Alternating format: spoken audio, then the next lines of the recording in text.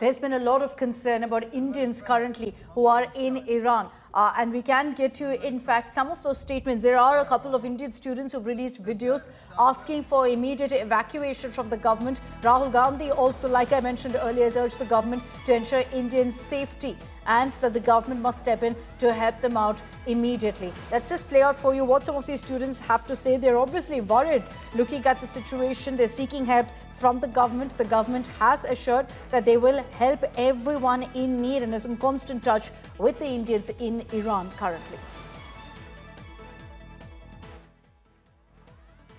Hi everyone, I'm an Indian student and currently I'm in Tehran.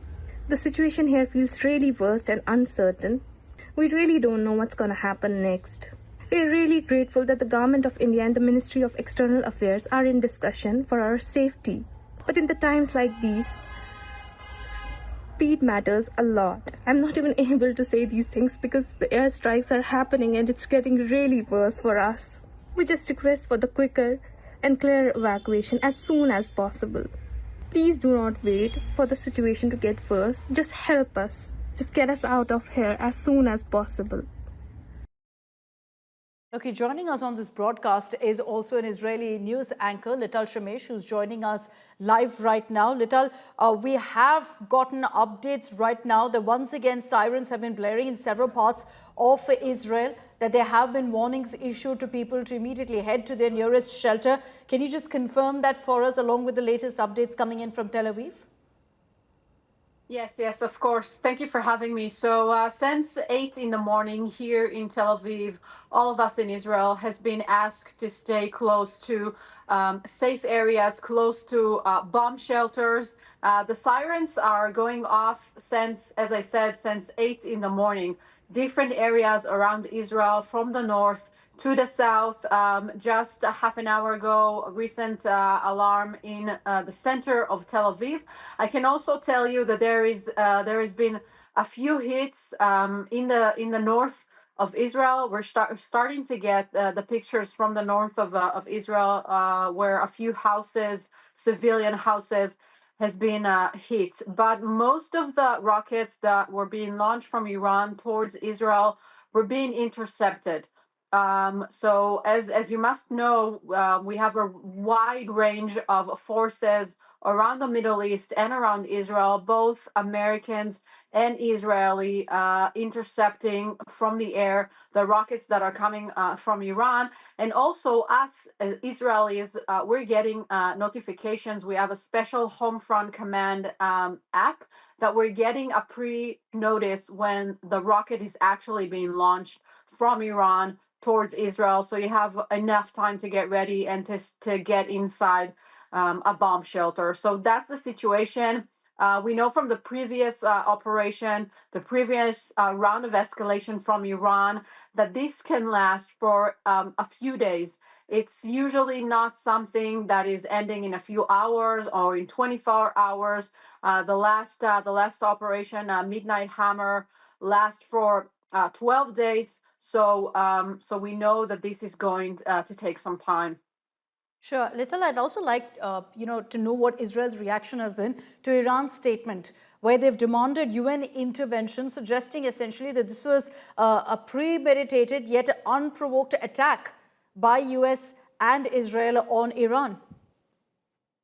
So we've heard this morning both the announcement of President Trump and Prime Minister Netanyahu. President Trump was very clear in saying we cannot live in a world where this Iranian regime, who is the #1 terror fund country in the world, stay in power. And he was very clear in saying we are now, the main purpose of this operation is to take down the Ayatollah regime, the Iranian regime, and he also gave them an opportunity to take down their weapons. He mentioned in the recent few days over 30,000 people in Iran were being murdered by this Iranian regime. So you have to understand, Iran is not just Israel problem. Iran is not just U.S. problem. Iran is the biggest world terror funding country. It was funded. It was funding Hamas in the Gaza Strip, the Houthis in Yemen, Hezbollah up north, and so on. So after 3 rounds of negotiations with the Americans and the Iranians, Trump said enough is enough. If you're not willing to give up the uranium enrichment, if you're not willing to give up your ballistic missiles, we have no other option but to strike Iran. And from the news that we're getting here in Israel, it seems as if they try to take down the heads of Iran, the heads of the Ayatollah regime. We still haven't confirmed who is officially dead, who is officially has been taken down, but we know that that is at the moment the main aim of the Americans and the Israelis, and we're trying to get more information on what is happening on the ground.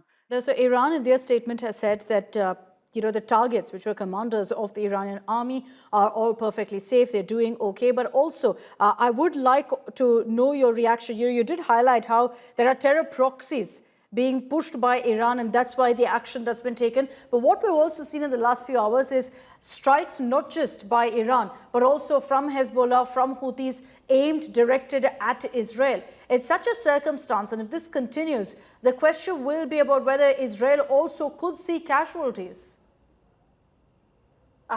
Unfortunately, we've seen that in the recent round of escalation with Iran, and you were very accurate in saying we're getting rockets not just from Iran. We're getting rockets from Hezbollah. In the recent round of escalation, we got rockets from the Houthis.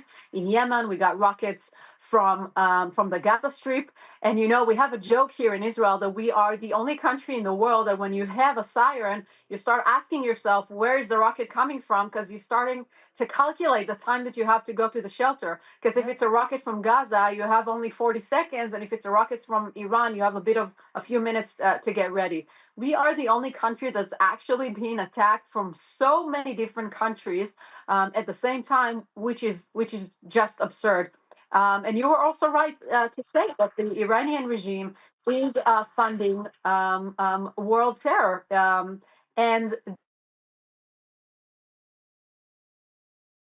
Okay, apologies. I think we have lost that connection with Little, but I will take that opportunity to also bring in David Matlin, Israel-American journalist, who's joining us on this broadcast. Thank you for your time, David. I just want to understand from you what you make of the current situation that's playing out right now in the Middle East and the manner in which this has so quickly escalated. The question everyone's asking is that if this has happened in a matter of hours, what's the next 24 to 48 hours going to look like? Is mediation even possible in these kind of circumstances? Mediation has been given its run for many decades in this conflict. The Iranians have had really all the time to mediate anything. It's hard to conceive of a diplomatic resolution to the current situation. And that's by the rules of the game that the Iranians themselves have defined here, that it really is defiance to this world order, to the United States, who has been always referred to as the Great Satan. And they've dragged us into this conflict as well here in Israel, always made it almost the religion of Iran to destroy us and remove us from the region. So that being a part of who they are, this is what's come around after all their efforts. They really were successful for many years in building that ring around us here and almost on the threshold of nuclear weapons. But it's good to see that issue eliminated. Unfortunately, we're getting alerts here again of incoming missiles in Tel Aviv. I'm here hunkered down. Maybe I'll rejoin your broadcast. We have to get to shelter here in Tel Aviv again. Thank you. All right. I understand, David. Thank you very much for joining us. In this kind of an escalating situation, there will be many calls for, in fact, some of our guests, our panelists who are joining us from the heart of these conflict zones to immediately duck and cover, get into bunkers. So we're going to appreciate that in this kind of a situation, that takes priority over any live updates that come in. So David, we're letting him go so he can go ahead and go into a bunker as directed by the authorities there in Israel.